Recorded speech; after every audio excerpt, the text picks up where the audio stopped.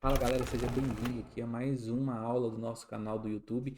E a aula de hoje nós vamos falar sobre redes industriais, um protocolo específico que é o Modbus. E antes de nós entrarmos no protocolo Modbus, eu tenho uma visão geral aí daqueles que me procuram, seja pelo Instagram, pelo YouTube, pelo Facebook. É uma dúvida geral, redes industriais. Rede industrial é um pilar essencial da automação industrial. Não tem como trabalhar com indústria 4.0, com novas tecnologias, sem compreender redes industriais. E essa aula de hoje, então, casa bem, porque o protocolo Modbus, que é aquele que nós vamos falar hoje, é um protocolo que evoluiu com o tempo. Então, por ele ter evoluído com o tempo, hoje a gente consegue fazer aplicações, inclusive voltadas para a indústria 4.0, utilizando o Modbus. Eu vou até mostrar algumas coisas bastante interessantes aqui para você, tá bom? Um segundo ponto é, se você quer aprender de verdade a desenvolver projetos de automação industrial na prática, e Felipe, é prática mesmo? Sim, é só você verificar todos os vídeos que eu tenho aqui no YouTube e quer realmente impulsionar a sua carreira na indústria 4.0, gente, então curte esse vídeo, compartilhe. Isso é uma forma de você me ajudar. Então, se você curtir, você está me ajudando. Se você curtir e compartilhar, você está me ajudando ainda mais. Agora, se você não me segue, seja muito bem-vindo. O meu objetivo aqui é te fazer crescer profissionalmente, te ensinando automação de verdade, de verdade. Aquilo que você precisa saber, direto ao ponto, de uma pessoa que tem vivência acadêmica e industrial e viver os cenários dentro e fora do Brasil. Então, o meu objetivo aqui realmente é contribuir para o seu crescimento. Então, curta, compartilha e me segue. E vamos para a nossa aula de hoje, que é sobre o protocolo Modbus. E como eu falei inicialmente, o protocolo Modbus foi um protocolo que ele evoluiu com o tempo. Vou citar alguns exemplos de protocolos que evoluíram. A gente tem o Profibus. Profibus, a evolução dele é o Profinet. Tanto que você, quando vai olhar o símbolo do Profibus e o Profinet, são muito semelhantes. Um evolui em relação ao outro. Um segundo ponto importante é o protocolo Modbus, um segundo protocolo que evoluiu. A gente começou ali com o Modbus RTU, ASCII, e hoje nós estamos no Modbus TCP. Mas o que quer dizer? Que com essa evolução, os outros passaram a ser é, descartados? Não, de forma alguma, eles não foram descartados, pelo contrário, ainda assim existem aplicações. E dentro do protocolo Modbus, como eu citei, a gente tem o protocolo Modbus RTU, ASCII, e a gente tem também o TCP. Qual eu vou utilizar? Qual que é o melhor? Para cada aplicação existe uma utilidade. E é isso que eu pretendo mostrar aqui com vocês, não apenas utilizando o slide. E essa é uma primeira aula, a gente vai ter mais aulas sobre esse protocolo, práticas, inclusive para você ver integrações reais dentro da indústria, como utilizar, configurar, beleza? Então, vamos aqui iniciar a nossa aula. Então, a primeira coisa é que o protocolo Modbus ele foi criado lá em 1979, beleza? Por quem? Por uma empresa muito conhecida hoje que é a Schneider, né? A Schneider Electric, ela foi a detentora desse primeiro protocolo Modbus. Por quê? Porque o objetivo do protocolo Modbus era justamente para a Schneider transferir dados, gente. Quanto mais dados e a forma como esses dados trafegam, eles são importantes para que eu tenha um controle melhor. E por isso que eu faço transferência de dados entre os controladores do fabricante naquela época, que era a Schneider Electric. E quem detém hoje a tecnologia Modbus é a Modbus Organization. Um ponto importante, aí eu vou sair um pouco do slide aqui, é sempre bacana a gente verificar o próprio site, o modbus.org aqui, ó. Quando eu entro no site modbus.org, eu tenho várias informações sobre o próprio protocolo Modbus. Então, uma excelente forma de você aprender sobre uma topologia, sobre um protocolo, é justamente entrando no próprio site do protocolo. Então, esse aqui é o site do modbus.org. Então, você pode saber sobre a Modbus Organization, você pode saber sobre os membros, você pode saber sobre a diretoria. Tem tudo aqui, gente. Tem material, tem muita coisa aqui que você pode baixar e utilizar para aprender. E aqui está a Schneider Electric e vários outros fabricantes que também utilizam o protocolo Modbus. Mas voltando aqui para nossa aula, vamos dar continuidade aqui para compreender melhor. Opa, apresentação, apresentação, ótimo. Acho que eu errei uma coisa aqui, vou desmarcar. Tira anotações e coloca a apresentação. Então errei, vem aqui, tira esse cara aqui e coloca a apresentação. Isto mesmo, gente. Então aqui é uma estrutura básica sobre o protocolo Modbus. E o objetivo de ter colocado ela aqui é justamente você entender que com esse protocolo você consegue comunicar dispositivos de chão de fábrica até sistemas remotos em nuvem. Então é possível. Claro que você vai ter que trabalhar com alguns recursos tecnológicos e alguns gadgets no meio do caminho, mas eu vou te mostrar isso tudo ainda nessa aula. Beleza. O protocolo Modbus ele foi criado para aplicação industrial. Então ele nasceu para ser aplicado para aplicações industriais. Ele possui um formato de mensagem muito simples, e essa simplicidade tornou esse protocolo muito famoso, gente. A maioria, gente, são muitos fabricantes que utilizam, até o Arduino tem o protocolo Modbus ali disponível. E ele é um protocolo aberto. Por ser um protocolo aberto, muitos fabricantes optam por utilizar esse protocolo. Ele, quando eu falo protocolo aberto, aí eu coloquei algumas características aqui que são importantes para você entender o que é um protocolo aberto. Primeiro, ele é livre de taxas de licenciamento, você não precisa pagar para utilizar, beleza? E isso gera uma consequência que diversos fabricantes ou diversos equipamentos utilizam desses protocolos. Ele é open source nas bibliotecas, ou seja, existe uma série de bibliotecas que estão disponíveis aí para facilitar muito a sua utilização. Ele não define um meio físico, ou seja, não tem um cabo específico. Você pode utilizar o cabo RS-232, que é baseado na EIA-232, o RS-485, que é o EIA-485, o Ethernet, que é o cabo Ethernet, Wi-Fi, Zigbee. Não existe um meio físico fixo que você vai utilizar como se fosse uma rede ASA. A rede ASA é um cabo único. Mas aqui não. Aqui você pode utilizar qualquer um desses meios de transmissão de dados. Lembrando que estrutura, cabeamento é dados. Então, se aqui eu estou falando que eu posso utilizar o 232, o 485 e cabo Ethernet, é físico, mas eu estou falando que ele vai além disso. Você pode utilizar assinar Wi-Fi, que não é um meio físico de transferência de dados. Zigbee é da mesma forma, não é um meio físico. E ele é fácil de implementar e configurar. Gente, realmente, ele é bem tranquilo na hora de você implementar um projeto. Bem tranquilo de verdade. Tá. E como que funciona esse protocolo? Esse protocolo é baseado em cliente e servidor, beleza? Imagine um contexto, ó, o cliente é aquele que solicita alguma coisa, beleza?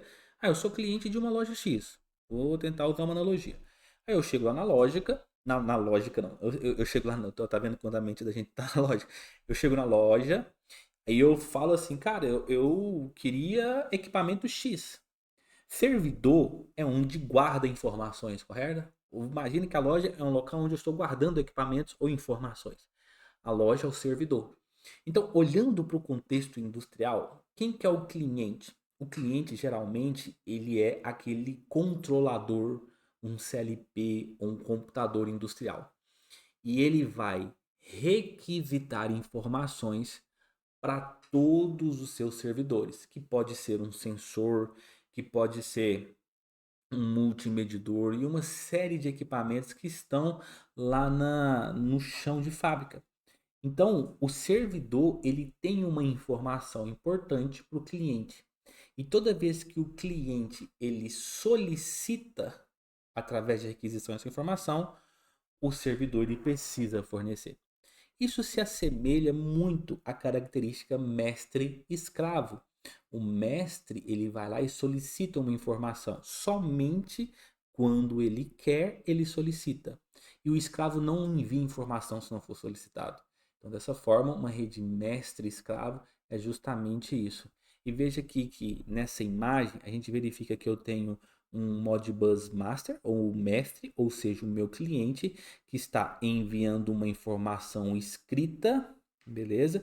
E isso pode ser para qualquer um dos escravos ou dos servidores, e ele recebe essa resposta ou recebe alguma informação proveniente deste servidor, Então, isso é importante. Lembra, então, para ficar mais claro, quem que é o cliente pode ser o CLP. Quem que é o servidor? O servidor pode ser o inversor da VEG, por exemplo. Ah, eu quero saber qual que é a corrente no motor. O CLP, que é o cliente, fala assim, ó, qual que é a corrente do motor? Requisita essa informação. E o inversor, que é o escravo, vai enviar essa informação como resposta para este cliente. Então, essa é a configuração do projeto. E a gente pode, se a gente entender um pouco melhor sobre a estrutura desse projeto em específico, você vai ver que existem diferentes tipos de protocolos Modbus. Então, se a gente olhar esse aqui de baixo, é claro que eu vou entrar e vou aprofundar um pouco mais sobre qual é e o que é cada um deles. O Modbus RS485, tá bom? O Modbus RS485 é o Modbus RTU. Então veja que ele está aqui a nível chão de fábrica. Se a gente olhar ali para a pirâmide de automação, ISO 95, isso aqui é o chão de fábrica, é a camada de controle ali. Então, eu tenho aqui a transferência de dados por meio desse protocolo barramento aqui em série. E depois, por meio de um GET, eu tenho a transformação de um Modbus RTU para um Modbus TCP/IP e assim por diante. Então, você consegue permear as camadas apenas utilizando o protocolo Modbus. Só que lembrando que toda informação dentro do protocolo Modbus ela é requisitada. Fechou? Então vamos lá. Para quem estudou sobre redes industriais na faculdade, em um curso técnico, ele vai lembrar muito bem de uma estrutura de camadas que é universal. É a camada que a gente chama de modelo ISO-OSI. OSI, eu chamo modelo OSI, né? Modelo OSI. Essa camada de modelo OSI, ela define a estrutura de dados e tráfego de dados em 7 camadas, que é a camada física de dados, a camada de rede, de transporte, de sessão, de apresentação, de aplicação. E no protocolo Modbus, o protocolo Modbus em si, ele é a camada de aplicação dentro do modelo OSI. Gente, eu estou trabalhando com teoria aqui mesmo para que você não fique ali simplesmente, existe um protocolo X lá e não. Eu quero que você entenda também como que ele funciona. Então, por ser a camada de aplicação, você pode usar várias camadas, vários formatos físicos, porque isso aqui para mim é o que importa. Agora, o meio físico para mim não importa. Então, por poder, lembra que eu falei que a gente não é limitado a meio físico? Então, por consequência de ser apenas uma camada de aplicação, aqui ó, Modbus Application Layer, e aqui quando eu falo de física é lá embaixo, mas eu estou falando aqui que a camada é aqui em cima, eu posso utilizar o cabo RS232 por causa disso. Eu posso utilizar o cabo RS485. Eu posso utilizar quando eu falo 802.3, quer dizer que é a rede internet, porque aí é 802, que é a norma, né, da internet, ou 802.11, que é a Wi-Fi. Eu posso utilizar o sinal Wi-Fi, então aí é 802.11. Posso utilizar fibra, posso utilizar um cabinho de telefone, rádio, Zigbee, Bluetooth. Essa quantidade de formatos físicos de transferência de dado é só possível porque a minha camada Modbus é uma camada de aplicação apenas. Eu não estou preocupado com a camada física, que é onde estão os meus cabos, onde está meu Wi-Fi. Não, não estou preocupado com isso, beleza? Aqui na camada de enlace de dados, a gente percebe que a gente vai ter aqui, ó, o dado que é de enlace de dados, é esse dado aqui, ó. A gente percebe que ela tem uma estrutura mestre e escravo. Toda vez que eu trabalhar com comunicação serial, qual que é a comunicação serial? Comunicação serial é aquela comunicação paralela, gente, cabeada. É a RS232 e a RS485. Então, para a aplicação de RS232 e RS485, que é o Modbus RTU, nesse caso, a minha estrutura de topologia sempre vai ser mestre-escravo, como está aqui, tá bom? Agora, se eu estiver falando da camada de internet, Aí, nesse caso, eu vou utilizar o protocolo, o modelo 802.3, né? Que é esse daqui, ó. Aí a informação não tem necessariamente um mestre ou um escravo, que é uma rede mais difundida. Então, só fique claro que o Modbus ele é uma camada de aplicação, beleza? E sempre a função de leitura e escrita ela é registrada e ela é requisitada por meio de endereços que estão registrados no servidor. Ótimo. Então vamos entender aqui primeiro o Modbus TCP. Como eu falei para vocês, existem duas normas. TCP, você lembra de logo internet, né? Internet TCP/IP, Ethernet IP. Então você vai lembrar de internet. Falou TCP, você vai lembrar da internet. E a internet, ela tem uma norma que é a IEE 802. A IEE 802.3 é a cabeada. A IEE 802.11 é o Wi-Fi. Então eu posso utilizar essas duas formas de transferência de dados para o meu protocolo Modbus. E nesse caso, sempre quando eu preciso acessar uma informação, eu preciso de uma porta TCP padrão. Por exemplo, MQTT. A MQTT, que é um outro protocolo que utiliza telemetria, é 1883 ou 8883. São duas portas que a gente precisa que esteja liberada para que os dados passem por essa porta, tá bom? Ele libera as informações, a troca de informações. Quando eu falo Modbus TCP/IP, a porta é a porta 502. E nesse caso em específico, eu tenho vários clientes. Então, o que eu preciso aqui e como configurar? Eu tenho aqui um CLP, por exemplo, um CLP.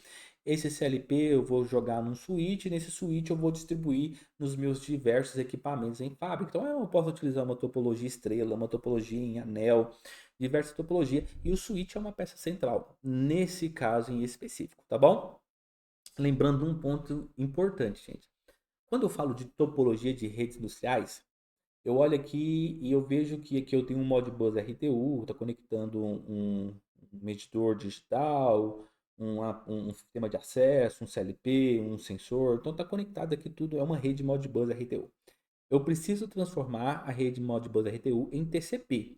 Nesse caso, toda vez quando há transferência ou mudança de protocolo, e são protocolos diferentes, protocolo Modbus RTU e Modbus TCP, nesse caso eu preciso de um gateway, que é mudar o protocolo. Joguei no meu roteador, no meu roteador, no meu switch, no meu switch eu consigo distribuir em vários lugares, inclusive jogar na nuvem para conexões remotas. Olha que bacana que das grandes e das infinitas possibilidades que há a partir daí. E a vantagem, por ser um protocolo TCP, eu trouxe até acho que é até bacana. O Tia Portal, por exemplo, ele tem como protocolo padrão Profinet. Mas se eu quiser comunicar com qualquer outro protocolo que possui um padrão TCP, como Ethernet IP, eu tenho blocos específicos que me permitem comunicar com eles.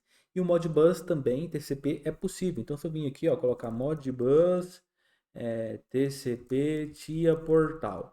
Em um bloco, vou abrir aqui direto o configurador dele, o, o arquivo que ensina a utilizar ele. Tem um bloco dentro do Tia Portal, ele vai mostrar mais aqui embaixo, ó. Aqui, ó. Esse bloco aqui, ó, MB Client, tá vendo?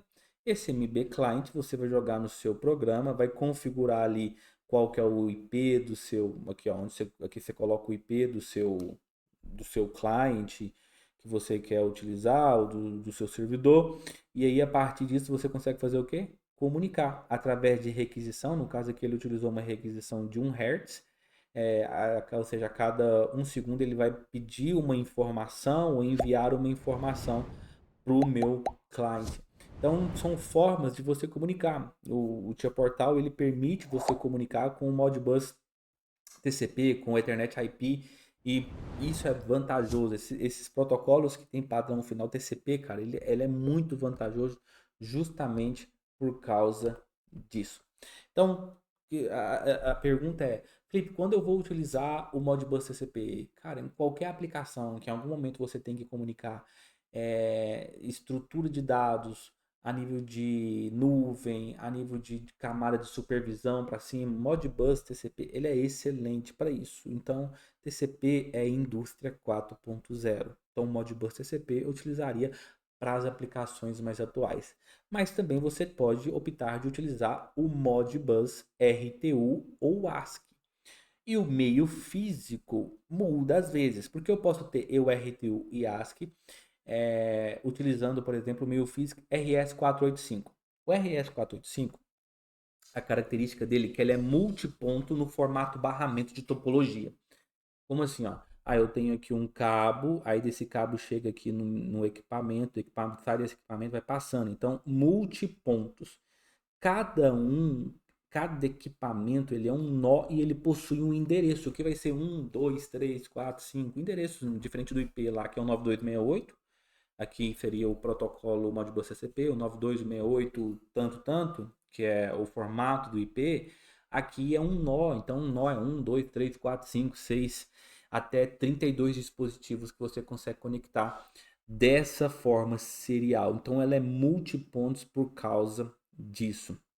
Eu tenho um cliente, então supondo que o cliente seja o meu CLP, e esse cliente tem vários servidores. Vários servidores são no máximo 32 servidores, como eu falei. E cada escravo do nosso protocolo, que é mestre escravo, conforme a gente viu lá na parte de aplicação de camada O da camada OSI, fazendo ali uma analogia, cada escravo tem um endereço específico. A taxa de transmissão varia de 9.600 a 11.5200 bps. Se você já programou em Arduino, baud rate, lá você tem que configurar isso aqui para comunicar. Você vai conseguir comunicar 32 dispositivos sem repetidor a uma distância de até 1.200 metros, a uma velocidade de 100 kilobytes por segundo. Então, tudo isso é importante na hora de você estruturar essa rede. Gente, ela é bem simples. Ó, chegou o cabo num equipamento, vai para o próximo equipamento e assim sucessivamente. Vai ter um barramento. Então, essa estrutura aqui é de um barramento que você está seguindo.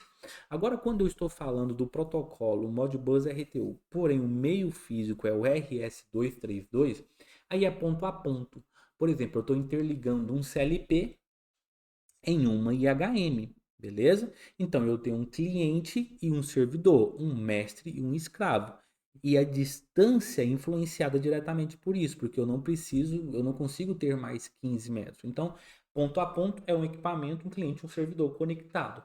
Aí você utiliza o meio físico RS232. A velocidade típica que a gente utiliza, 9.600 até 115, 200 bytes por segundo, bps, bits por segundo, né? Na realidade. Como que é feita a troca de dados entre o cliente e o servidor? Há três hipóteses que pode acontecer na hora de trocar um dado. Primeiro, você envia uma informação e a primeira opção é que o cliente aceita o seu comando. Se ele aceitou o seu comando, a resposta desse comando vai depender da função que você mandou para ele, tá bom? Se ele não aceitou esse comando, a resposta vai ser uma resposta de exceção. E essa exceção geralmente é um código que fala, ó, não funcionou por causa disso. É isso. Então essa é uma segunda. Ele aceitou ou ele não aceitou. Então 1 e 2. A terceira é ele não responder a sua requisição, a requisição de um cliente. Aí nesse caso pode ser erro de transmissão, ruído na sua rede, configuração errada e uma série de outros pontos. Então você percebeu que não comunicou, provavelmente é configuração errada. E como que é feito isso? Através de um sistema que a gente chama de PDU, que é Protocol Data Unit, e o ADU, que é o Application Data Unit. São duas formas que pode acontecer de transferir o dado. Vamos lá entender um pouco. O que é o PDU? Aqui eu estou falando, é um código de função mais um dado de função. Então eu tenho um código que eu vou mostrar para vocês ali na tabelinha o que seria esse código, e esse código vem carregado com uma informação, um dado, tá bom? Isso é um PDU, que é um Protocol Data Unit.